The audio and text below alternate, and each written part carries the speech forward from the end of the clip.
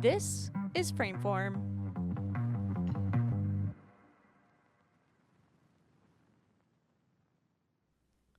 Hello and welcome back to another season of Frameform. Woohoo!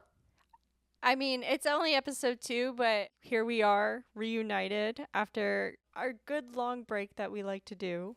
Except even better, because it does get better every year. I'm really excited for all the stuff we have planned. And I think we're starting off pretty strong with our location series today.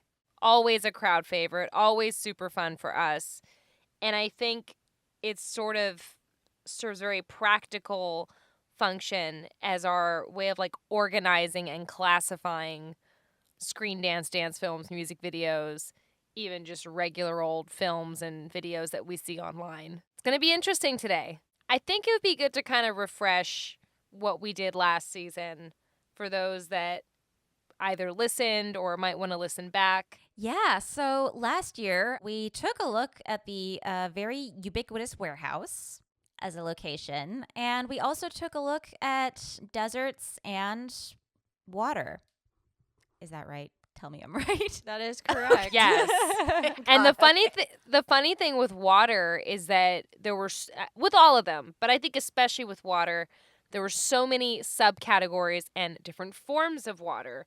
And one kind of branch off of that topic was empty swimming pools. And this was something that Hannah in particular was like, we have to do an episode on this. Yeah. And there really are so many examples. So we're only going to cover a few today, as per usual, but we've got a few honorable mentions. And of course, we're also going to unpack some general trends that we see, some practical considerations like potential advantages and challenges to shooting in that location, and also just what kind of works and what can we kind of compare and take away as an interpretation of the kinds of projects that we see made in these environments. Yeah, when we're talking about swimming pools, we're not talking about dance films taking place actually in the water in the swimming pool. Yeah, this isn't an Esther Williams situation. Yeah, this is abandoned swimming pools or just empty swimming pools. Trendy thing that I've noticed over the years of watching screen dance online. And, you know, I don't want to say that they all look the same in some cases, but we do have some examples today. Starting off with Empty, this was a Nowness piece. If you don't know Nowness, go on their Vimeo or their website. They are an artist series filled with dance, music, fashion, you name it. This is not the first time that we've brought Nowness to Frameform. And it won't be the last. Empty, which is a... Now, Claire, remind me, what country is this one from? This one is from Spain, from Barcelona specifically. Yeah, Gerard Montero directed this, and Paloma Munez choreographed it. In this piece, we have 5 dancers in a swimming pool, abandoned swimming pool, empty swimming pool, Of course. dancing in the space. But, you know, it's a little something quick, something different. I don't know about you guys, but when I was writing down my notes, by the time I was really getting into it, the credits showed up.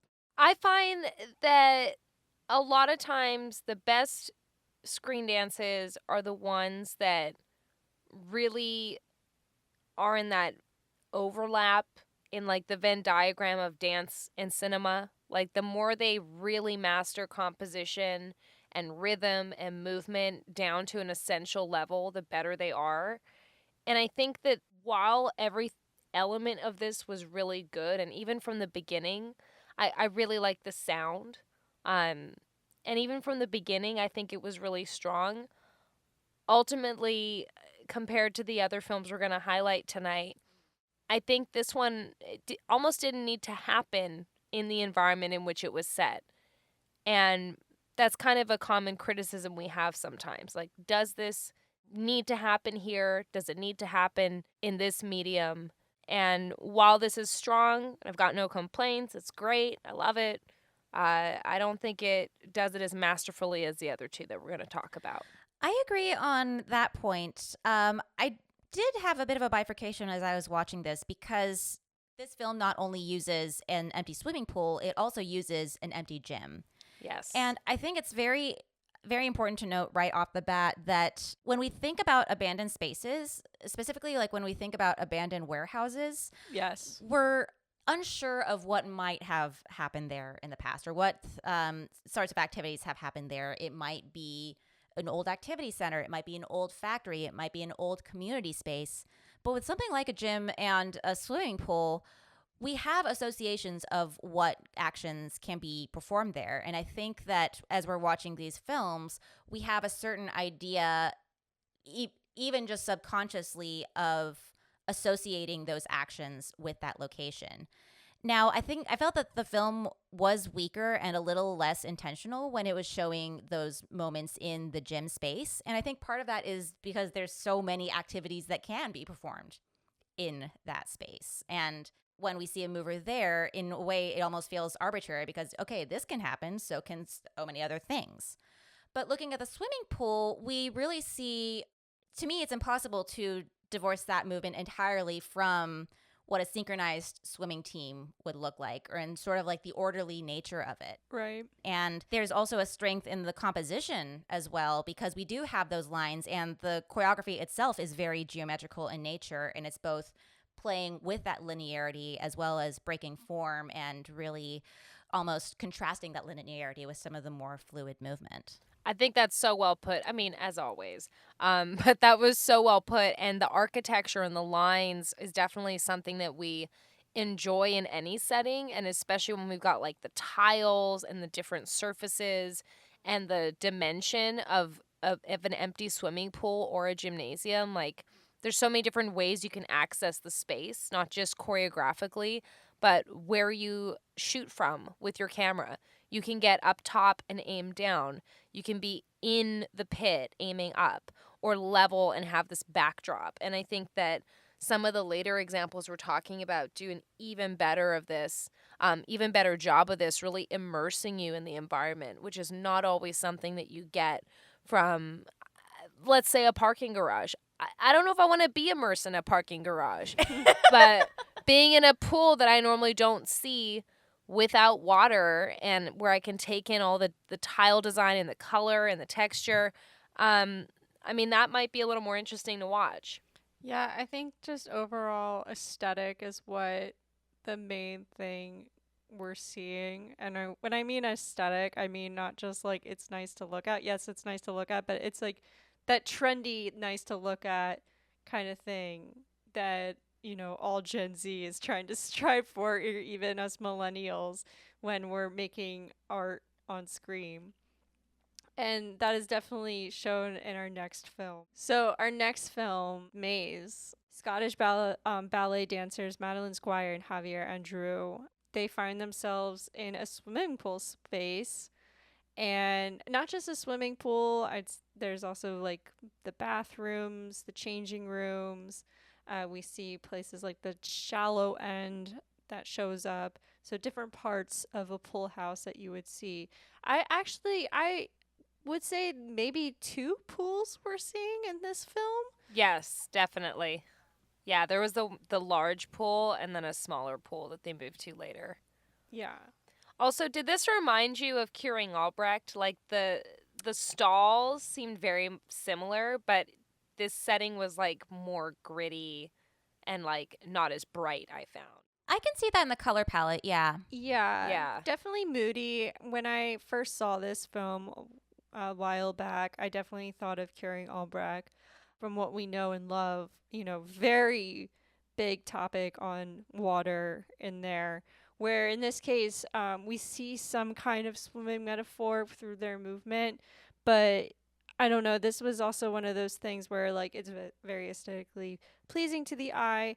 The camera angles is just so clean, and the lighting and the way it's shot in general is just very nice to look at. Yes. But I found myself in a moment of thought where I could see this in other locations. Yeah. But it would have to use the same exact kind of wide space versus narrow space, the reveal and the conceal that we get through some of these constricting moments. I actually disagree with that. Okay. Fight on. Yeah, fire explosion. I actually thought that a lot of the choreographic movement and some of the choreographic textures actually responded to a lot of the work that we saw in the space itself and a lot of the tile designs that we saw in the space itself.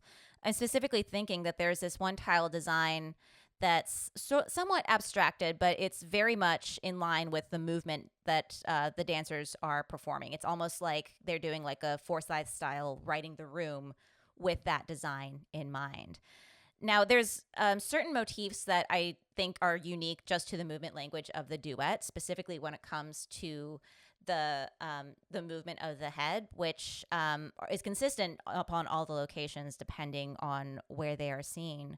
I think that the location itself really has a particular specificity to like a very, very old style of swimming pool where it really is some aesthetic value to it, but it really is function above all over form, just with the tightness of those stalls. And something interesting about this particular pool, and this is me going all architecture nerd here. Also, just I love Glasgow as well. That's one of my favorite cities. And it's also a phenomenal city for architecture. And this particular pool was actually built sort of in the early Victorian era, right as Glasgow's architecture scene was completely exploding, specifically with Art Nouveau. And it's a pool that's very much tied to that city and has a very specific design that is present, and also, as with many of these films that we've seen, has fallen out of use. Though I did read that they are planning renovations and planning on opening it up again. I think that this is a really interesting example of an opportunity for screen dance, though. When we talk about where are the opportunities for funding to get a location, to get someone to honestly help co-produce this film or have an audience, what a great opportunity when you have these historic settings and you can create choreography, you can create movement specifically for that place. And, the camera element of actually capturing things as they are is incredible. So I think that there's a really interesting opportunity for dance film to be a way that we can see places that are otherwise forgotten and maybe at best experienced as like a museum exhibit or in still photography. Mm-hmm. And I definitely want to shout out Claudia Kappenberg, who presented at the Screen Dance Symposium. And she presented this old engraved dish. And the film gets so close to it, and we hear a voiceover as we go across this piece of art that you maybe would have just seen hung up in a display cabinet. But now through camera and editing and music and creating a screen dance, we can actually experience it in a new way. So at the same time that these are just cool videos we found on the internet, there's also a huge opportunity here on a practical level. So for anyone that's listening as a filmmaker, take that idea and run with it. Like, let's see some cool rejuvenations here. I 100% agree, but I'm going to say but. Yeah. I love this kind of stuff, but there's a part of me where I'm just tired of seeing it. And I'm going to call back to our episode of the warehouse, or like even the parking garage, as you said, Jen, the desert. I mean, I'm just kind of tired of these spaces as a backdrop. They're great and all, but I want to see a little bit more substance to the interaction of environment. So when we go back to our desert episode, calling back to the film You Wanted Rivers, I think that was the best example of interacting with the environment, using the idea of juxtaposition with desert and water and, rolling on the rocks, actually being captured by the environment around them. In these, I'm getting a little bit of that in these two films that we have here. Claire, you definitely supported them with, you know, the history and the architecture of all that. But as the general audience that's not going to be doing that kind of detective work, it falls a little behind. I don't believe that every film needs to have a clear story with a beginning, middle, end, but there needs to be some structure and there needs to be some, maybe some symbolism, some sort of anything for people to hold on to and begin to make sense of what they're watching so they can actually feel something and think something and engage. That's where our next film really succeeds, because I think that we don't just get this backdrop. It becomes a world or a playground more than just a cool aesthetic. Yeah. Can I add just one more thought? Yeah. So I think it's also worth noting, and yeah, thank you both for bringing up these points. And it's something, and that actually just sparked just an observation about Maze specifically, is that while the movement does respond visually to the space, it doesn't necessarily bring that tactility to it. We do get a sense of intimacy with the sound design, which I do think is spectacular, but there really is a lack of real feeling of that environment. Yeah. Mm-hmm. And I don't want to lay it all on the movement vocabulary, but it is worth noting this is Scottish ballet. We're working with ballet vocabulary, and a lot of nature of that means that, you are, this dancing body in front of something that looks cool. And there was actually some criticism about Maze when it was released, because it did get quite a bit of support from the city, from Arts Council, and it was labeled as something, quote, innovative. But I mean, keep in mind, Scottish screen dance has a long history. And, just because we're bringing ballet into it, now people are paying attention. Right. Yeah, I think that that's also another nature of ballet, which we will discuss much later on in the season, that affects the reception of this film too.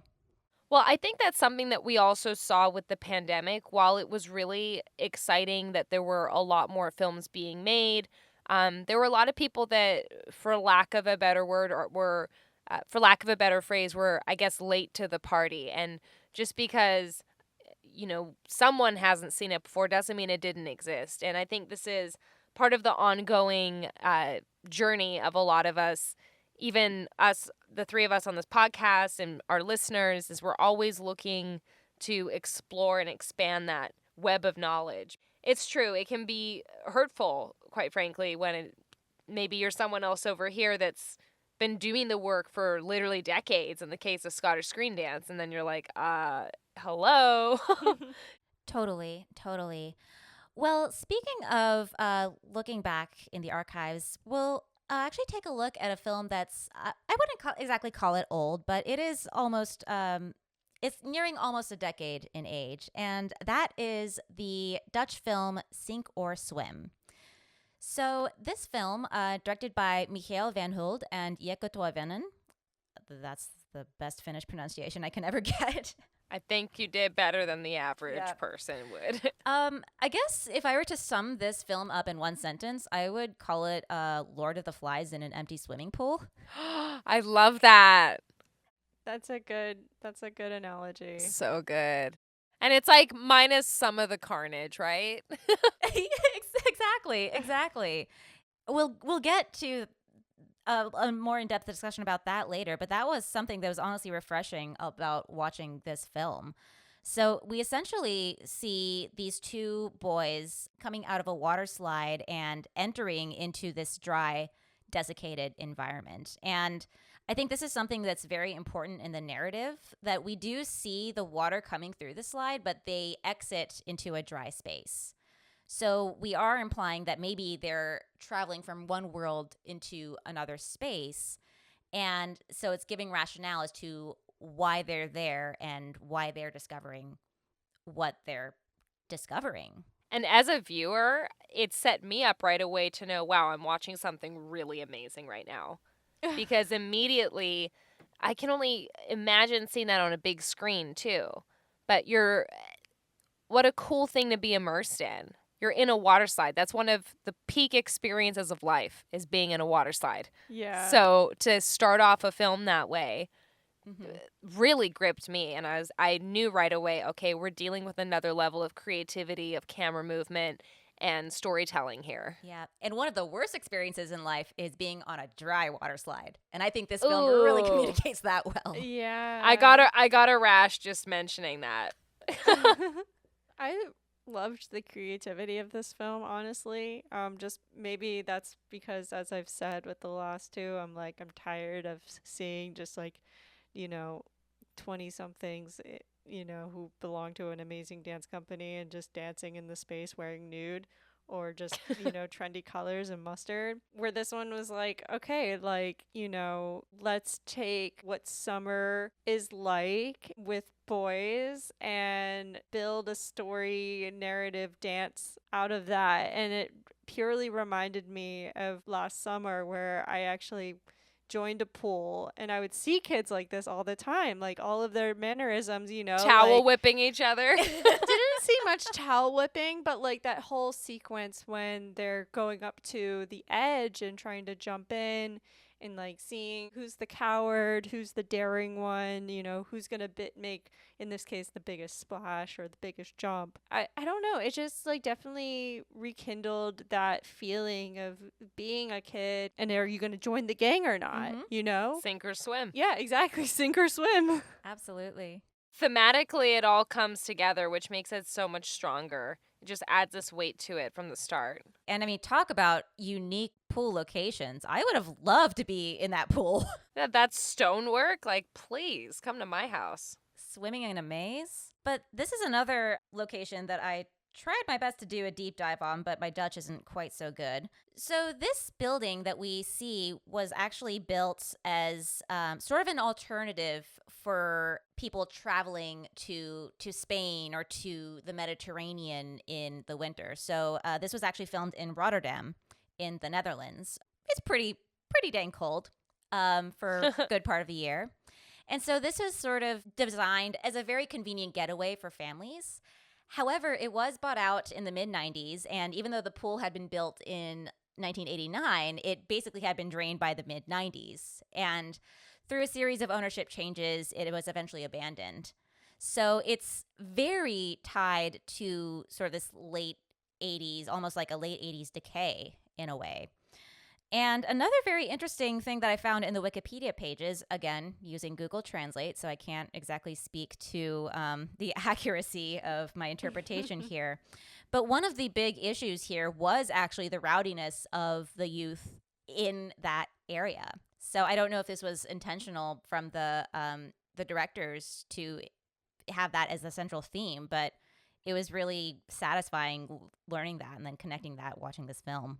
Yeah, I mean, in regards to the space, the way the boys were interacting with each other, but I have to also say, the camera angles, we had something a little different with Empty and Maze. I felt like with those two, instead of the pool being this wide open space, it has all these curves and, walls, like the only time we were seeing walls in the other one were basically wall as a backdrop or wall as a changing room. It's kind of like a labyrinth. It's like a 3D maze in this one. Yeah, exactly. And how that water slide introduces us in there, is that, we are entering a different world. This is a labyrinth.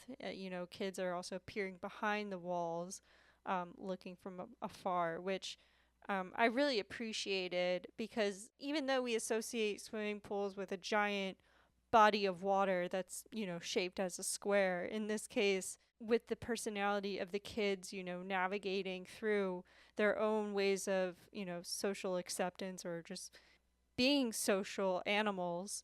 I mean, we're part of the animal family. So these are just young humans working out their hierarchies. And working out their fears and their power dynamics. Power dynamic. Absolutely. That's exactly what I was trying to say. Yeah. And it's common behavior that you'd see, at least in a pool that's full. I say pools bring out really the inner animal of any child that you could throw near it. But here, since there's a real sense of a stake that the pool is empty, because a lot of that rowdiness and that roughhousing and that game of chicken has very real stakes now that the water's gone. Yeah, like you could split your skull open. It's so crazy. Like when we first see that big jump from one of those kids, he does a backflip and he lands it.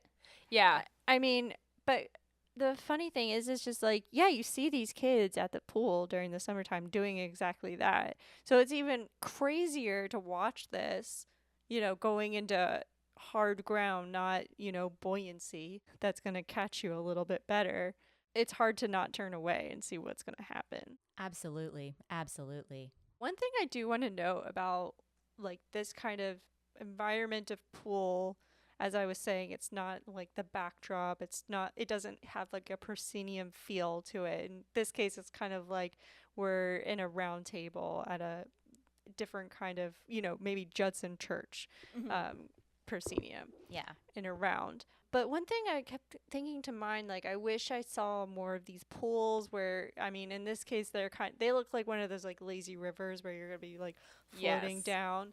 I would love to see a dance film taking advantage of those kind of cut corners of like, how do we see the space and like shaping it with the camera, whether that be, with a Dutch angle off center, when we're looking at films that take place in alleyways, how we can reveal and conceal and change where the access is. Like, that would have been really awesome to see in a dry pool environment, as if we would have seen that in a wet pool, full pool environment.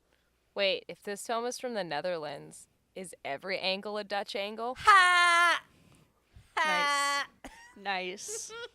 I'm so pleased with myself right now. Good night, everyone. I'm done. I think what this does really well, like you're saying, is that it has those layers of choreography. It's not just the fact that the setting is really cool and offers so many options. It's also that the choreography is set so well for that. It's rhythmic. To me, this film has the most dancey, the most active choreography as well.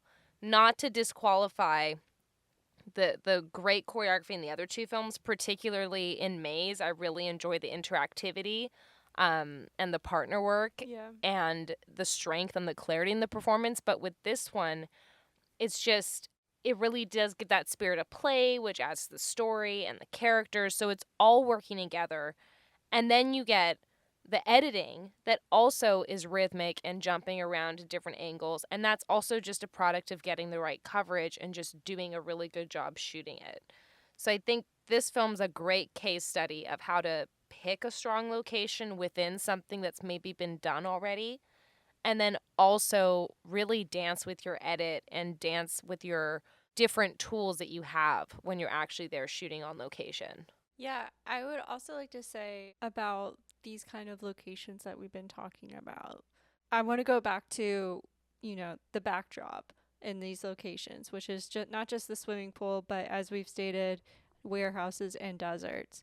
Let's just throw in parking garages out there too. But, all of these are the void. We've brought this up before. You could say a dance stage, a proscenium is a void. Many dance studios, we usually have just a blank background or is a white screen and we're just putting colors up there. And maybe that's just something that we're used to. Putting us into an environment is showing the reality out there. Whereas like in narrative films, the void is like this fantastical place. We don't even know what the place is, looking at places like The Matrix or Under the Skin, where you don't know what the possibilities are. How are we bringing that into, why are these like a void? Well, I think that it's always worth noting, especially when it comes to Western classical dance, that this notion that the studio is a neutral place is very much a Western classical construction.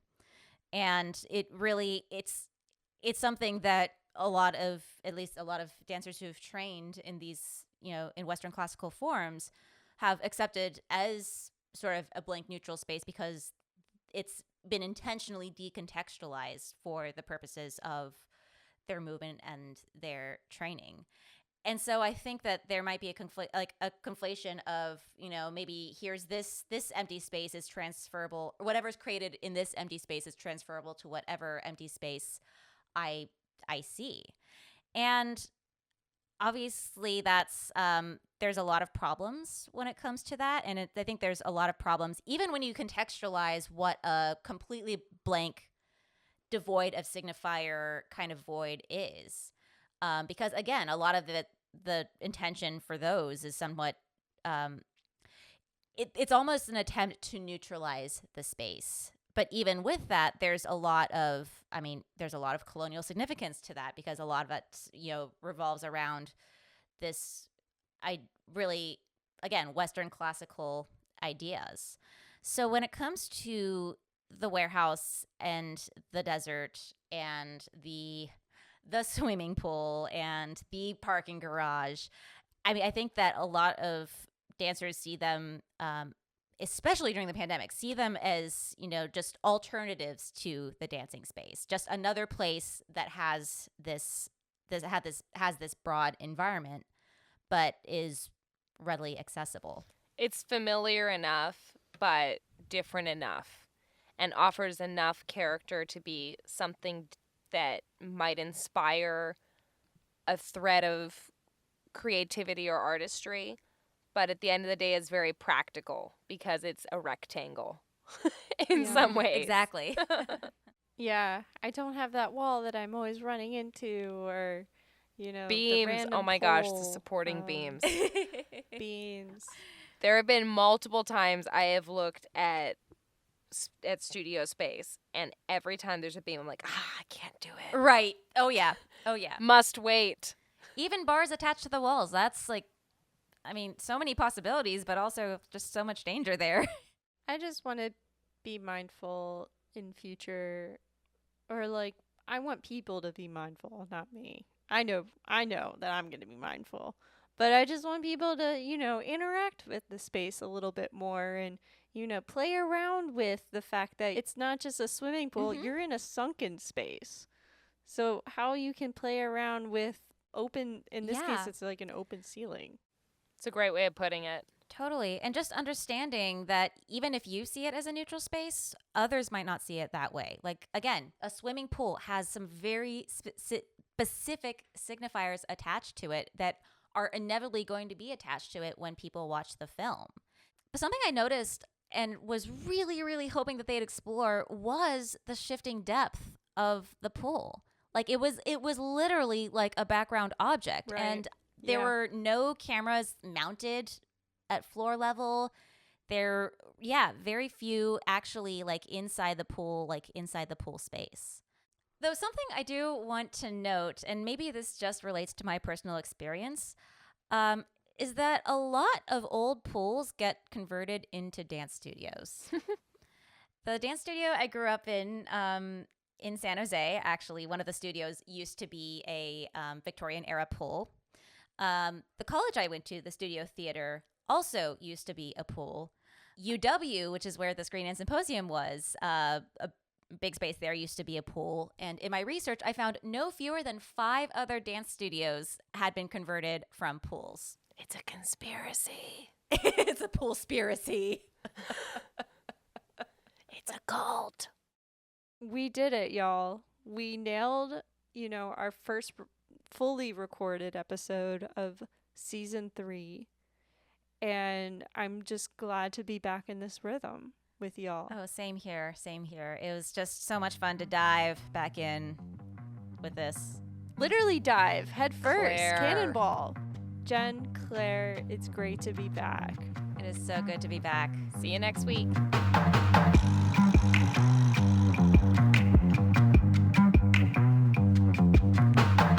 This is Frameform, hosted by Hannah Weber, Jen Ray, and Claire Schweitzer. Edited by the Frameform team, with social media assistance from Maddie Leitner and music by Mason Carlton. Thanks for listening. We'll see you next week.